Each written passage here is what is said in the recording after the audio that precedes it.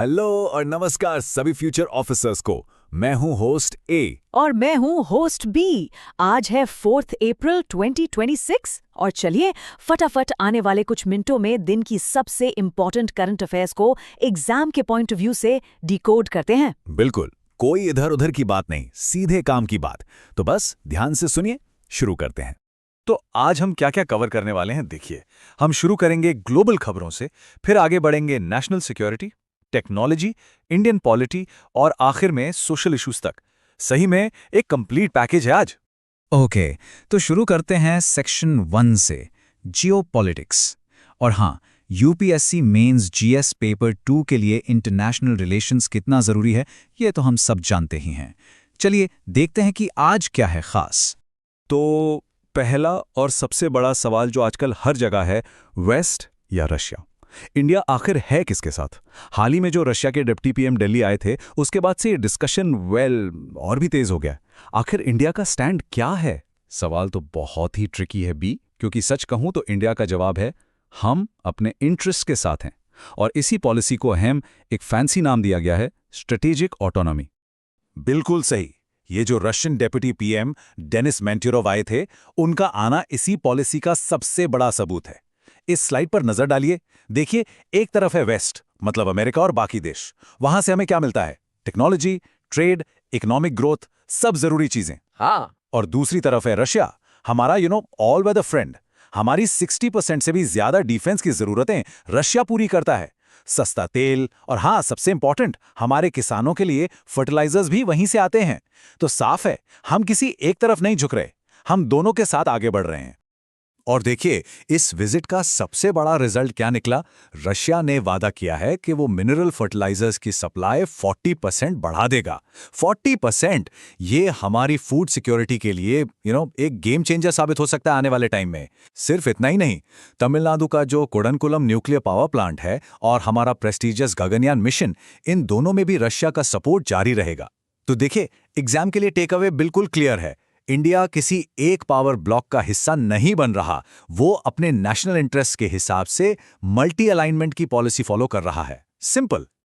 अच्छा, आमतौर पर हम सिर्फ बड़े देशों के साथ डील्स की बात करते हैं, लेकिन इंडिया का ग्लोबल रोल इससे कहीं बढ़कर है, राइट? बिल्कुल।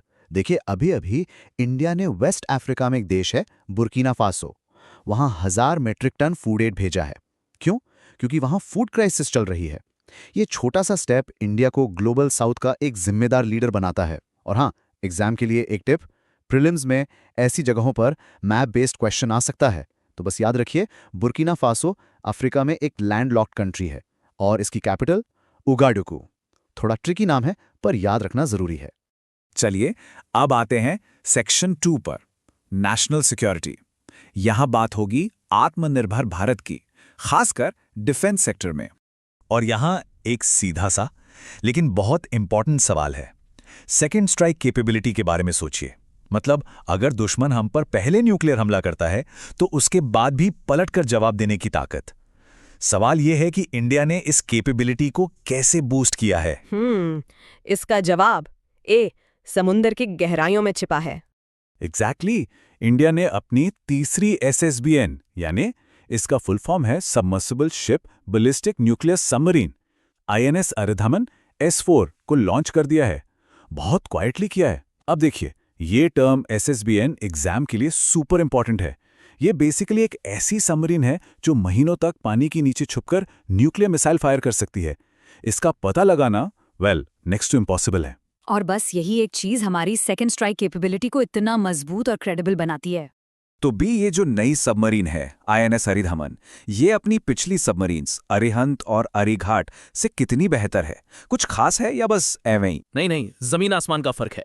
इस स्लाइड पर देखिए, नंबर्स खुद बोलते हैं। अरिधमन 1000 टन ज्यादा भारी है। इसमें 4 की जगह 8 मिसाइल लॉन्च ट्यूब्स हैं। और सबसे बड़ा मैसिव अपग्रेड है इसकी मिसाइल। पहले वाली K-15 मिसाइल की रेंज थी 700 किलोमीटर, इसमें लगी है K4 जिसकी रेंज है 3500 किलोमीटर। ये क्वांटम लीप है सच में।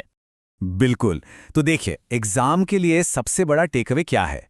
इस लॉन्च के साथ इंडिया ने उस एक्सक्लूसिव न्यूक्लियर ट्रायड क्लब में अपनी जगह और भी पक्की कर ली है। न्यूक्लियर ट्रायड का मतलब है जमीन, हवा और पानी, तीनों जगह से न्यूक्लियर अटैक करने की कैपेबिलिटी। और हाँ, एक पॉसिबल एग्जाम क्वेश्चन इससे बन सकता है, इंडिया की न्यूक्लियर डॉक्ट्रिन के 2 मेन पिलर्स क्या हैं? तो याद रखिएगा, नो फर्स्ट यूज और क्रेडिबल मिनिमम डिटेरेंस। ओके, चलिए अब आगे बढ़ते हैं सेक्शन 3 की तरफ, टेक एंड फ्यूचर। देखते हैं इंडिया फ्यूचर के लिए क्या क्या कर रहा है। अच्छा, भी आसमान की तरफ देखें तो इंडिया का अगला बड़ा कदम क्या है? वो है गगनयान, इंडिया का पहला मैन स्पेस मिशन।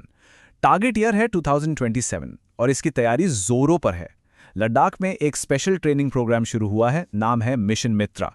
यहां शुभांशु शुक्ला जैसे हमारे एस्ट्रोनॉट्स को स्पेस के टफ एनवायरनमेंट के लिए रेडी किया जा रहा है, राइट? और एग्जाम के लिए ये पॉइंट इंपॉर्टेंट है कि लद्दाख को ही क्यों चुना गया, क्योंकि वहां का हाई एल्टीट्यूड और हार्श क्लाइमेट स्पेस के कंडीशंस को सिमुलेट करने के लिए काफी परफेक्ट है।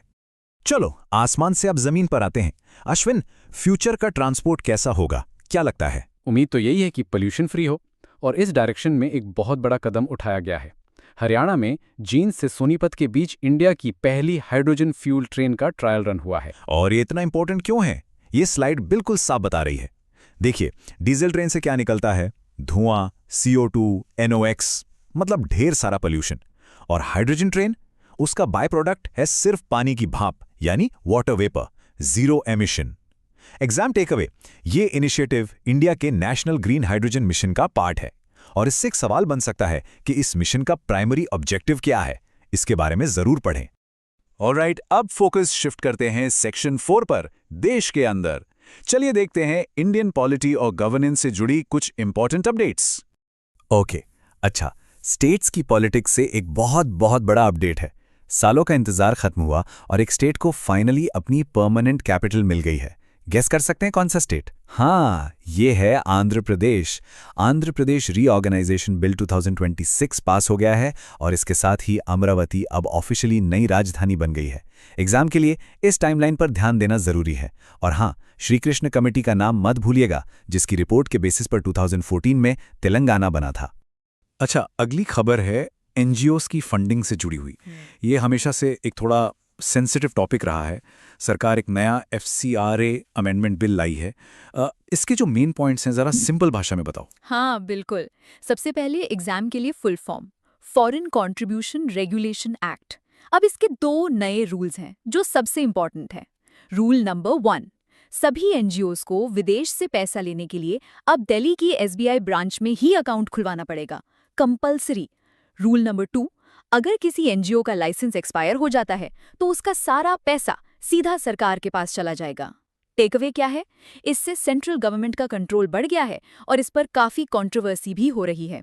और हाँ, एक पॉसिबल प्रीलिम्स क्वेश्चन, FCRA कौन सी मिनिस्ट्री के अंडर आता है? जवाब है मिनिस्ट्री ऑफ होम अफेयर्स।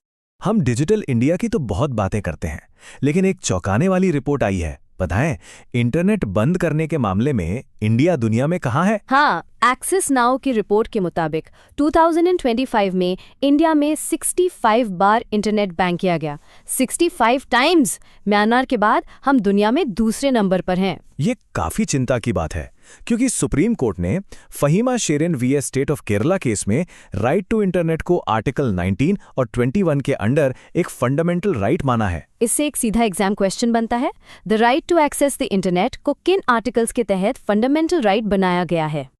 और चलिए अब आते हैं अपने आखिरी सेक्शन पर, हेल्थ एंड सोसाइटी। यहां हम एक बहुत ही इंपॉर्टेंट सोशल इशू पर बात करेंगे।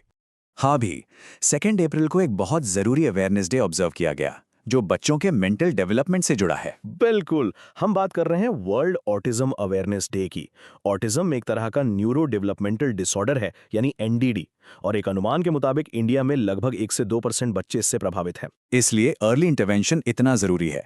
मतलब अगर बचपन में ही इसकी पहचान हो जाए और सही थेरेपी मिल जाए तो उन बच्चों की लाइफ में बहुत पॉजिटिव बदलाव लाया जा सकता है। एग्जाम के लिए इस दिन की डेट यानी 2 अप्रैल जरूर याद रखिएगा। तो देखिए, आज हमने INS अरिधमन से आत्मनिर्भर रक्षा की बात की, हाइड्रोजन ट्रेन से आत्मनिर्भर ऊर्जा की और ग्लोबल स्टेज पर स्ट्रेटेजिक ऑटोनॉमी से आत्मनिर्भर विदेश नीति की बात की। सही में हर सेक्टर में सेल्फ रिलायंस या आत्मनिर्भरता एक कॉमन थीम की तरह लग रही है। तो एक आखिरी सवाल सबके सोचने के लिए छोड़ जाते हैं। इन सभी डेवलपमेंट्स को देखते हुए क्या साल 2026 सच में भारत के सेल्फ रिलायंस का साल बन रहा है? इस पर जरूर सोचना चाहिए। इसी के साथ आज के लिए बस इतना ही। मिलते हैं कल नए टॉपिक्स के साथ। जय हिंद।